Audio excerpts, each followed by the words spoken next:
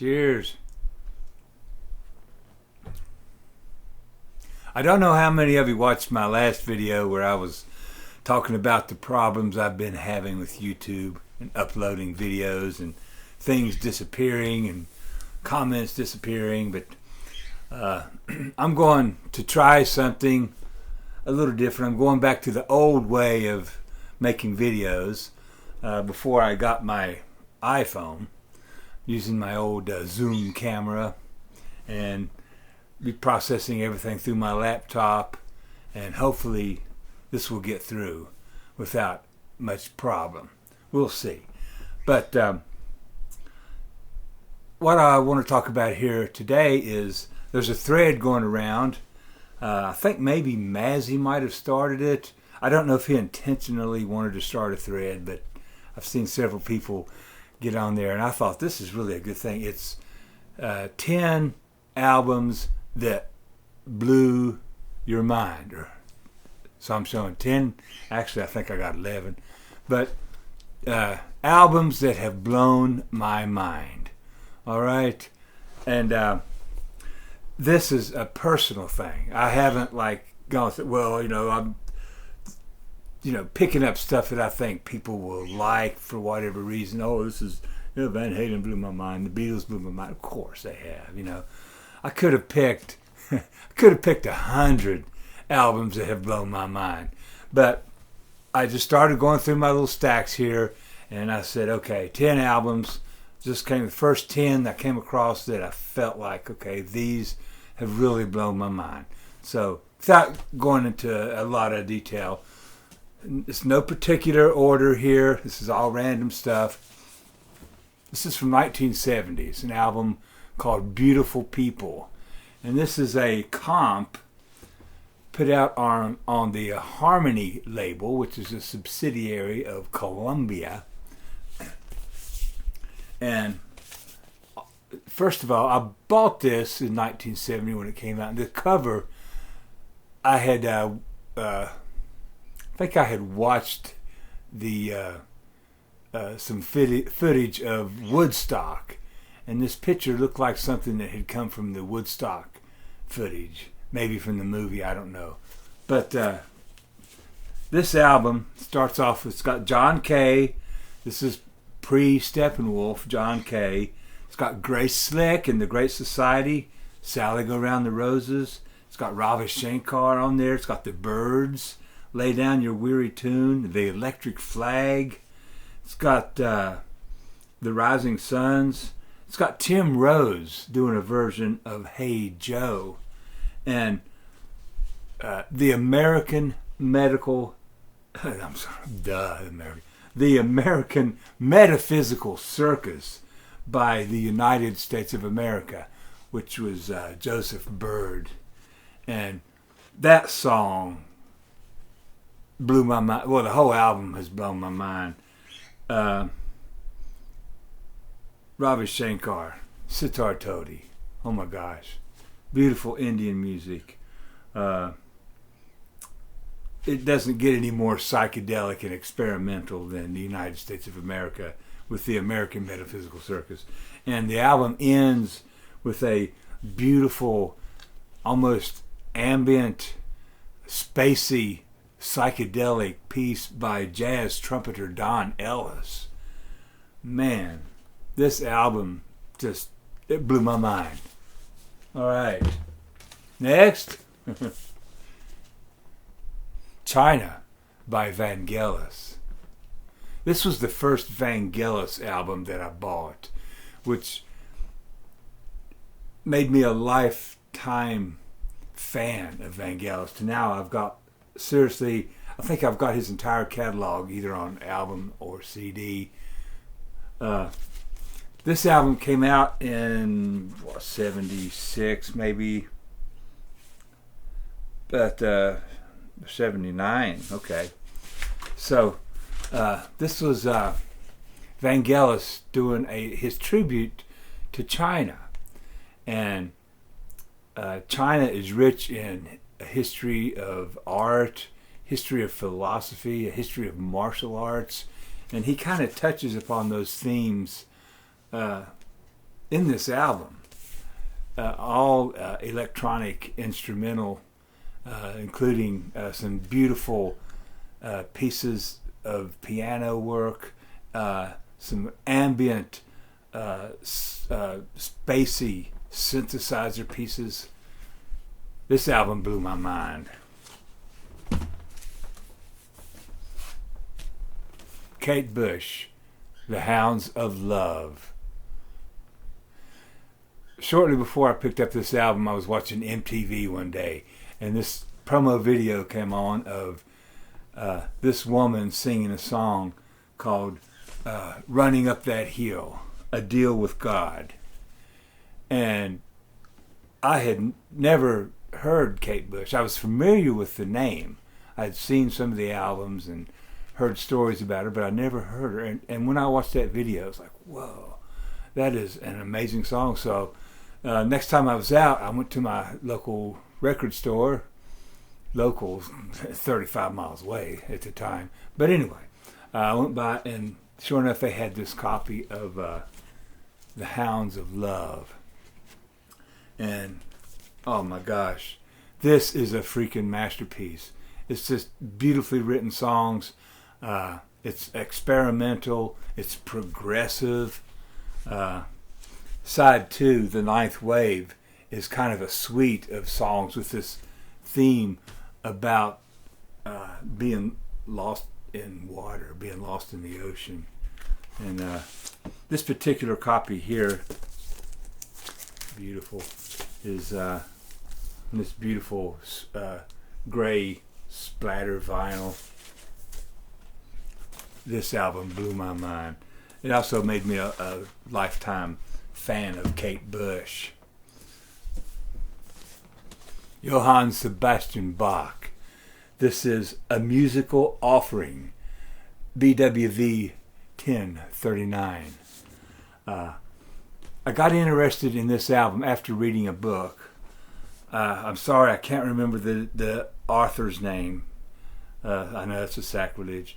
But the book was called Gödel, Escher, Bach. And it was about telling relationships, not personal, but in their philosophies and art and stuff, between a mathematician named Gödel, between the actual drawn art of M.C. Escher, and the music of J.S. Bach. And this was highlighted in that book. And A Musical Offering. This is Bach composing more or less at the height of his faculties, creating canons and fugues. Every piece on here is a beautifully written piece of music. Some of the songs, I think it's the Crab Canon, for example. If you listen to the short piece played forward, beautiful piece. But if you get the sheet music and start from the end and play it backwards, it's the exact same song. Just give you some idea of the genius behind this album, and not just tricks of composition. These are some beautiful melodies in there. So this album blew my mind. Loreena McKennitt, The Visit.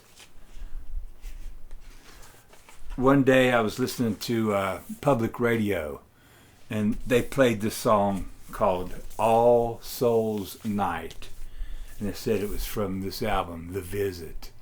So I had to go out and find that album. It was just struck me. I loved that song. And this album, oh my gosh, she does interpretations of Shakespeare on some of these songs. Does a version of Greensleeves. She does the story of the Lady of Shalott, and her voice on this is like she can change the personality of her beautiful voice to like where each personality in the different songs almost has a different voice. And even though it's still hers, there's just such a variant in the way she sings it. It's absolutely beautiful.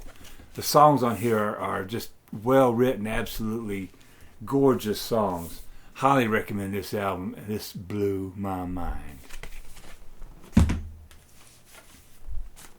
Walter Carlos, Sonic Seasonings. I was familiar with Walter Carlos from, I think, from Switched on Bach, and I'm not sure. I think this may have came out. Let me see, what year was this?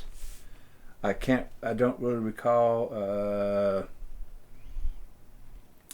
This may have came out after he did the Clockwork Orange soundtrack, which was another mind blower. Okay, but this album, oh my gosh, this is like the grandmother album of new age electronic ambient space music, but it's not really so much spacey as it is earthy, if that makes sense. Each song represents one of the seasons. It's got like spring, summer, fall, and winter. And each one is a whole different piece, utilizing the sounds of nature, like there's thunderstorms, the sound of the ocean. There's sounds of, of fire burning. There are sounds of wolves howling at the moon, along with this gorgeous electronic, melodic music. This album totally blew my mind. It still blows my mind to this day, anytime I listen to it. Goldfinger, the soundtrack by John Barry. This was the first album I ever owned. It wasn't the first album I ever bought with my own money, but I got this as a Christmas present, probably 1963, because I was a big fan of James Bond. I had watched all the James Bond movies. I had started reading the novels by Ian Fleming, and so my parents thought this would be a cool gift, so they bought a copy of Goldfinger and gave it to me that Christmas, I believe 1963.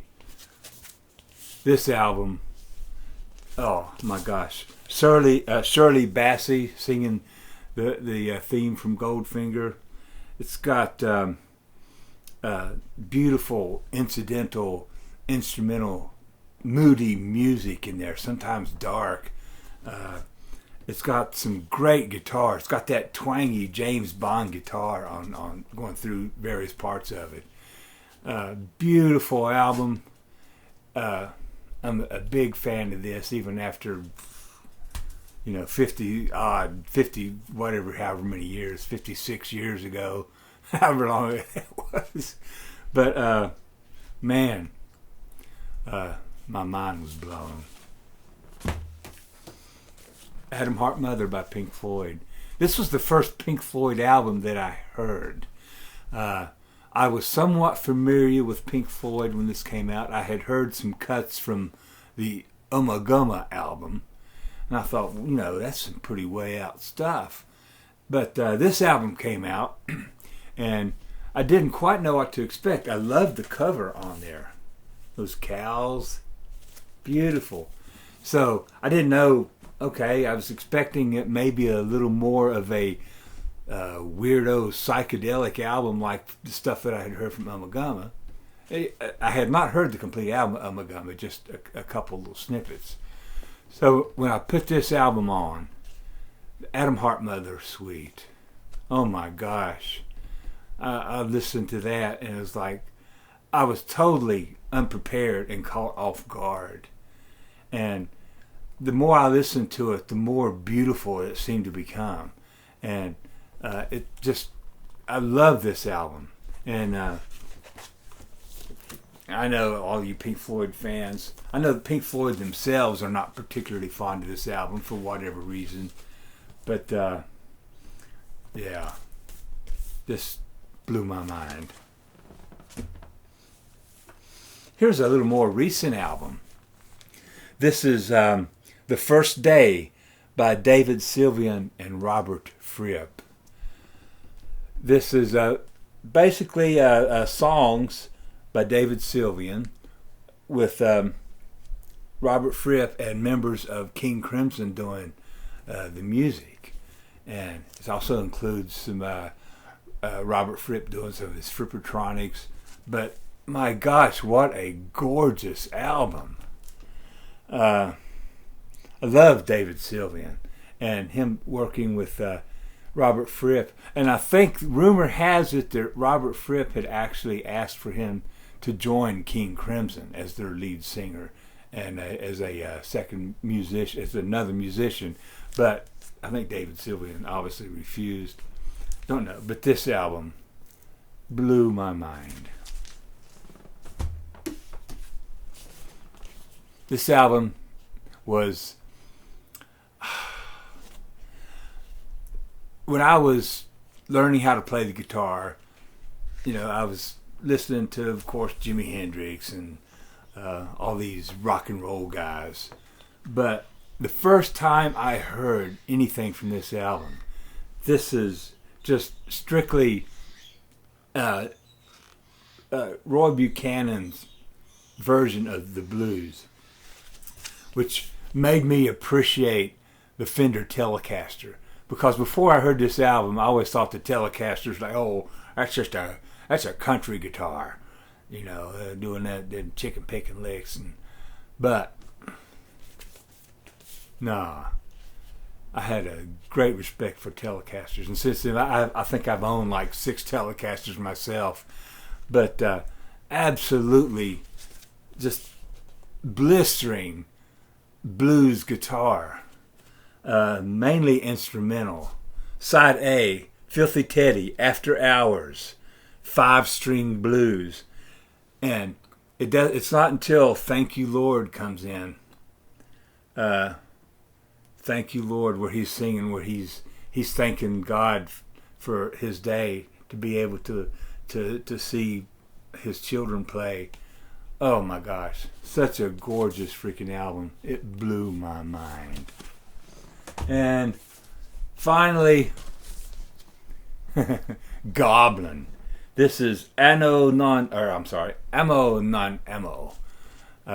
which translates to I love you not. Apparently, pardon, not that into the European language, but hey, this also became a huge fan of Goblin, and this is like side A of this is music from the soundtrack of the movie Amo Non Amo, but side B is listed as kind of a comp of some of the greatest hits, so to speak, of Goblin. This is it's got like the theme song from Suspiria, this theme song from Zombie, or in the U.S. it was the movie Dawn of the Dead, and it's got the theme from Profundo Rosso, which I think stands for Deep Red, which was the American translation. But man, what a beautiful instrumental album! It's progressive, it's funky, it's got great keyboard, great guitar on there. The whole band is just fantastic. Good 70s style music, if you like that kind of thing. It's like watching these 70s sci-fi spy drama kind of stuff. But anyway, those 10 or 11 albums that have blown my mind. And as I said, I could have went through and picked 10 more easily. If I do this tomorrow, they would be 10 separate albums. And thanks for watching, and you know the drill. Bye.